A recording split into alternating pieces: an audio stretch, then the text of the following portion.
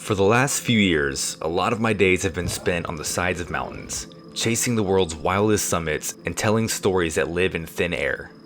But between those mountain miles, for the last 2 years, I was working on something very different. Something surreal. A place that takes you through portals to different worlds. A revolutionary park called Epic Universe. I spent many hours building maps, fly-throughs, and details that most guests will never notice. But now it's open, and I'm finally stepping inside as a traveler.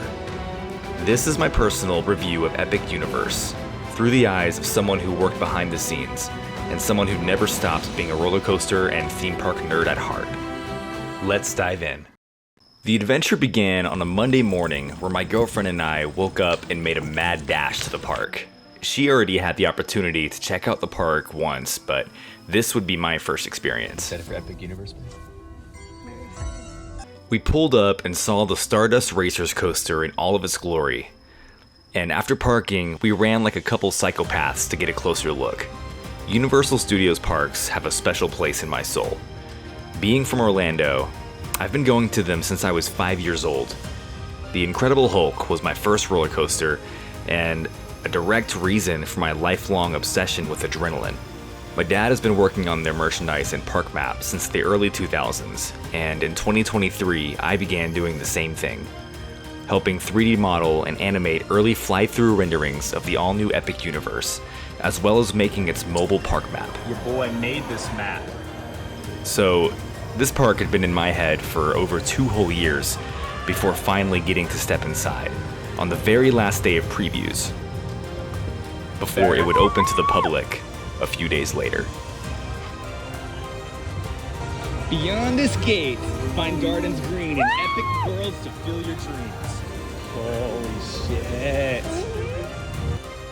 Once walking through the park's already iconic entrance portal, you enter Celestial Park, an amazingly realized center hub, largely inspired by Greek mythology. The whole land has a cosmic energy to it, from the music to the architecture and lighting. Me and my team did a whole rendering of this entire park. And Blender and Unreal Engine, we did like the fly-through videos for the preview before the park was finished. And so a little kiosk like that, I 3D modeled from scratch. There's a Starbucks one somewhere over there. You also 3D modeled that from scratch? Yeah. I mean, everything. The carousel over here, that took a long time. That was the first project I worked on, was this carousel right here. Every single one of these Every rocks? single one of these rocks in here, yeah. It took like 2 days alone just to get those right. You say? That fish? I worked on that fish Okay. Yeah. For like a week. Getting the scales like the right color. It was so annoying. What do you make from scratch? I made that kiosk from scratch. Not the actual kiosk, obviously, but One of the most hyped lands for a lot of people is Super Nintendo World. While it already exists in Japan and California, the scale of the Orlando version is something else entirely. 3, 2, 1.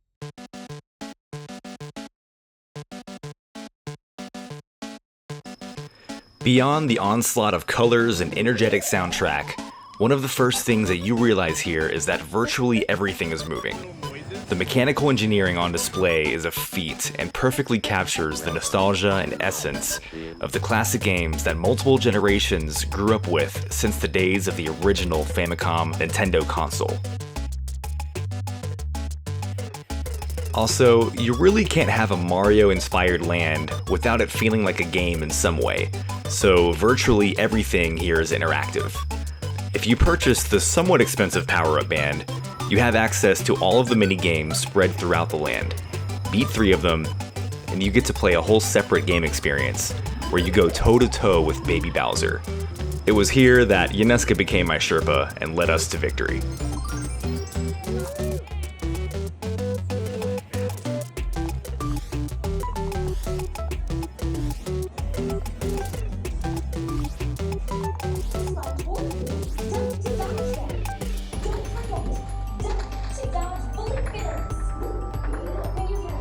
This is where filming became a hindrance to my playing abilities since I totally missed the very simple instructions on how to play the games. 11.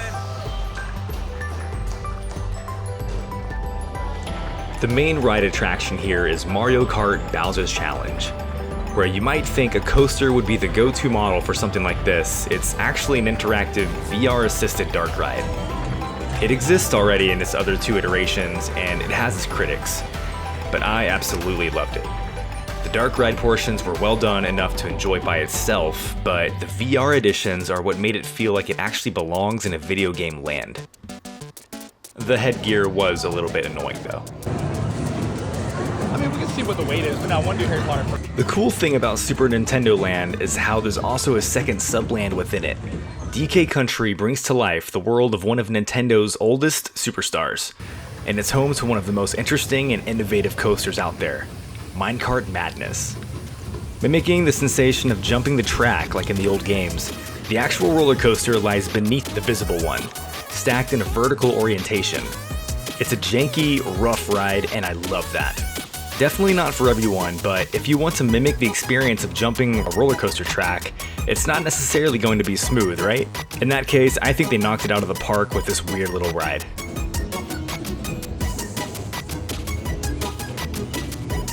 Overall, Super Nintendo Land is the most complete and well put together land in Epic Universe, and the popularity says as much.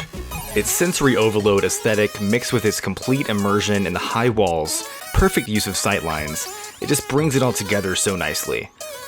It's a great start for more video game IP-based attractions that I'm sure are only right around the corner.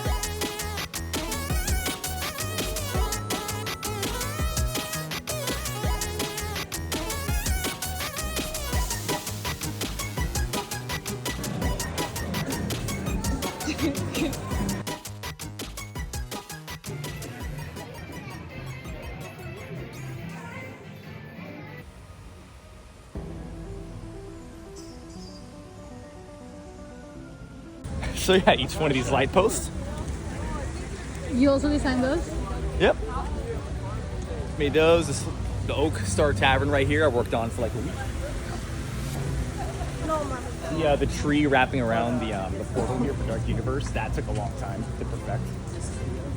I probably helped work on the hotel here for close to a year. It took a long time. Close to a They year? kept changing the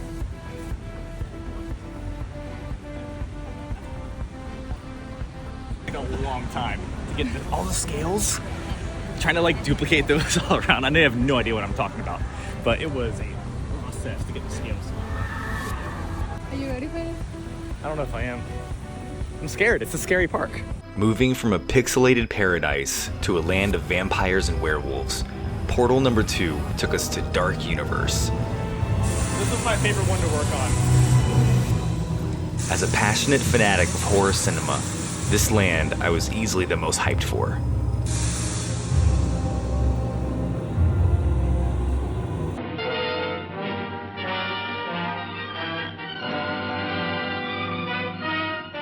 It's alive! It's alive! It's alive! It's alive! Based off of the legacy characters from the Universal classic monster films, the land of Darkmoor brings to life a 19th century Gothic atmosphere with a modern edge. Tombstones line the way to the village center, with the Frankenstein Manor dominating the background, and characters from those classic films wandering the land. The theming of this land, while extremely well done and detail-oriented, Good footage, though. was obviously made to be fully appreciated at night. Sadly, our preview day at Epic saw the park closing at 8 p.m., so we never got to see it in all of its glory, even when coming back later in the day.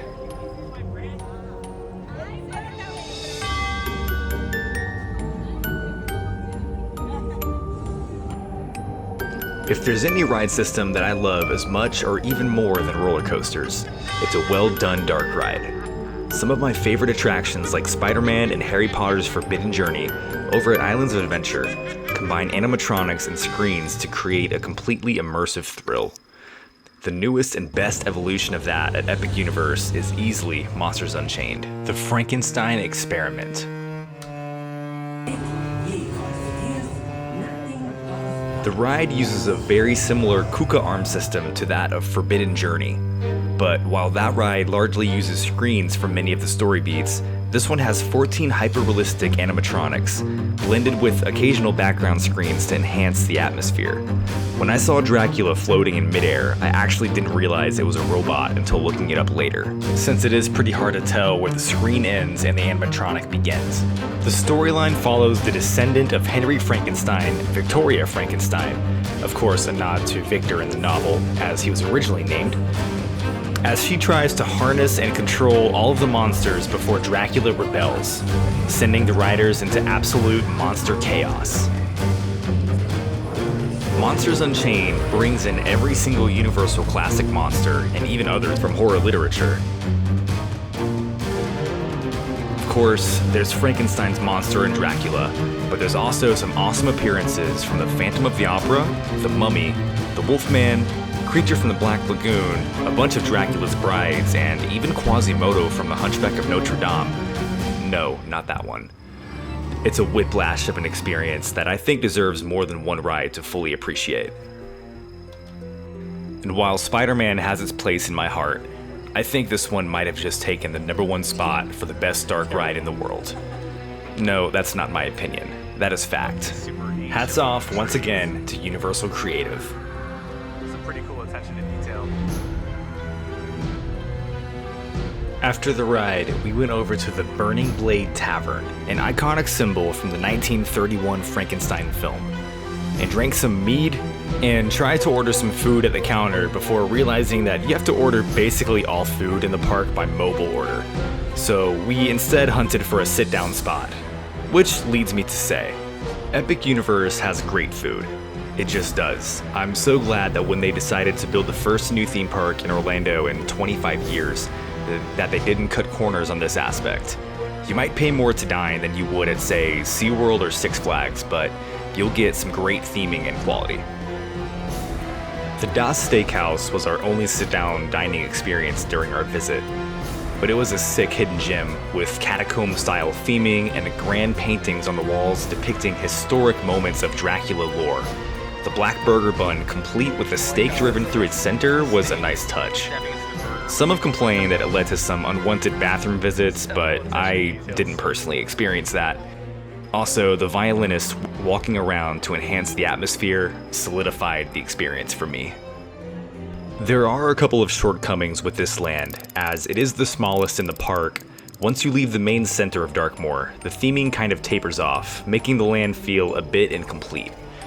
Also, the only other attraction here, the Wolfman coaster, was down during our visit, and by most reviews I've seen, it's somewhat of a lackluster and short family coaster that doesn't hold up to the standards of the rest of the park.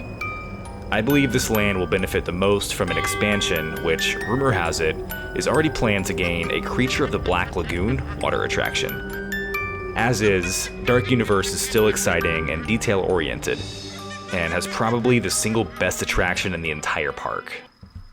Alright, now let's talk roller coasters. I've ridden some of the best and most iconic in the country. Millennium Force, Velocicoaster, Space Mountain, the original Top Thrill Dragster, as well as some of the worst. I'm looking at you, New York, and Vegas. So I was absolutely stoked for Universal's second stab at a dueling coaster. Of course, the first being the gone but not forgotten Dueling Dragons, RIP. Stardust Racers, though, doesn't duel as much as it, well, races.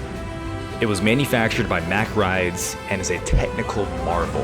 A dual steel launch coaster with two 5,000-foot tracks, with a top height of 133 feet and a top speed of 62 miles per hour.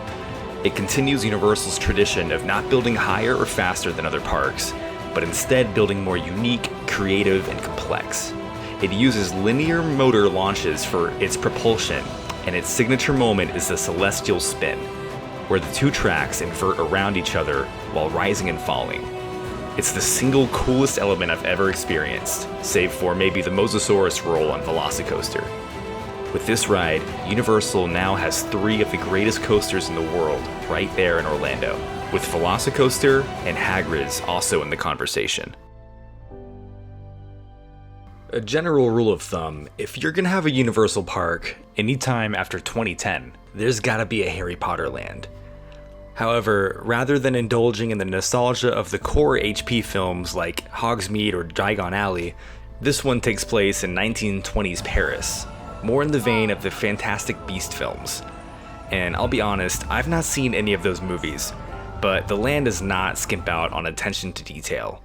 It's definitely the least Harry Potter feeling of the Harry Potter parks, but it works in a similar way that the World Showcase does at Epcot. It feels like stepping into another country, and the food choices there match the energy, with the apparent standout being the butterbeer scones. We didn't get to try any, but I'm a sucker for any form of butterbeer, so I'm sure it slaps. I will say that this land was easily the least anticipated for myself, and ended up being my least favorite, but that was mostly because of its sole attractions. The Battle of the Ministry and the Cirque Show were both down for our visit. Being that this was only a preview day, it's to be somewhat expected, and so we couldn't be too mad. Still, we got to walk the queue for the Ministry ride, and it was absolutely jaw-dropping. I knew what virtually every exterior looked like from working on the maps ahead of time, but all the interiors in the park were new to me. And this is probably the most impressive queue I've ever been in, if anything for its scale.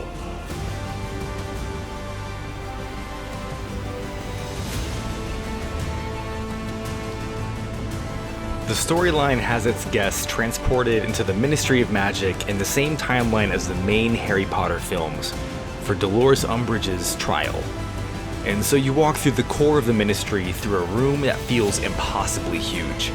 It's definitely a feat of architecture how Universal was able to pull off hiding this large building behind the Paris facades, as those walls are big, but not that big. You then see some talking paintings, which are a staple at this point, before funneling into Dolores' office and meeting her house elf, Higledy. Man, I hope the Potter nerds don't scold me in the comments for saying that name wrong. Overall, a cool and very detail-oriented land, although maybe my least favorite of the 3 Harry Potter worlds in the Orlando resort.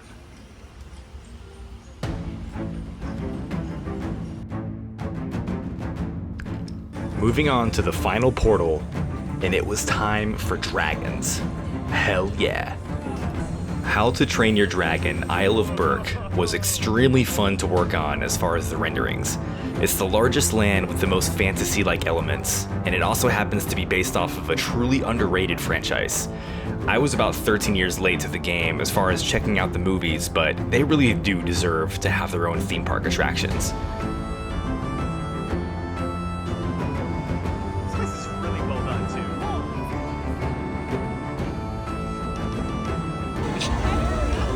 Yes, babe, you are a big kid. Here you have 3 rides, a flat ride, a water soaker, and a family launch coaster similar to Hagrid's but more accessible for younger riders. I didn't expect this land to be my second favorite land, but yet it was. It's colorful and animated and has easily my favorite theme park show in all of Orlando. The dragon puppets and animatronics are super impressive, and paired with the screen graphics and live music, it all comes together in awesome fashion. I know we were not in the intended age bracket for this thing, but we felt like 2 6-year-olds watching this. Also, Orlando is very hot, and so not being drenched in sweat for 30 minutes in the AC was a great factory reset. So yeah, a pretty great land. And Hiccup's Wing Gliders was a standout little coaster as well. We are closing down Epic Universe. They're literally kicking everyone out. Pretty successful day. What's the successful day been? It's a weird feeling seeing concept art and renderings for years and then stepping into the real thing. The crazy thing is that it wasn't at all disappointing. Even with the occasional ride closures and insane lack of shade, the way all of the architecture came together with the music, engineering, character acting, and lights, it far exceeded my expectations. I might need a few more visits to say whether or not it tops Islands of Adventure down the road, but it really is inspiring to see just how far ingenuity has come with these theme parks. This thing is going to make a lot of money. And hands down, one of the coolest experiences of my life to be even just a small part of its vision coming to life. All right, very last preview day for Epic Universe. I think we did the thing. We nailed it. It was great. It was epic. Slapper.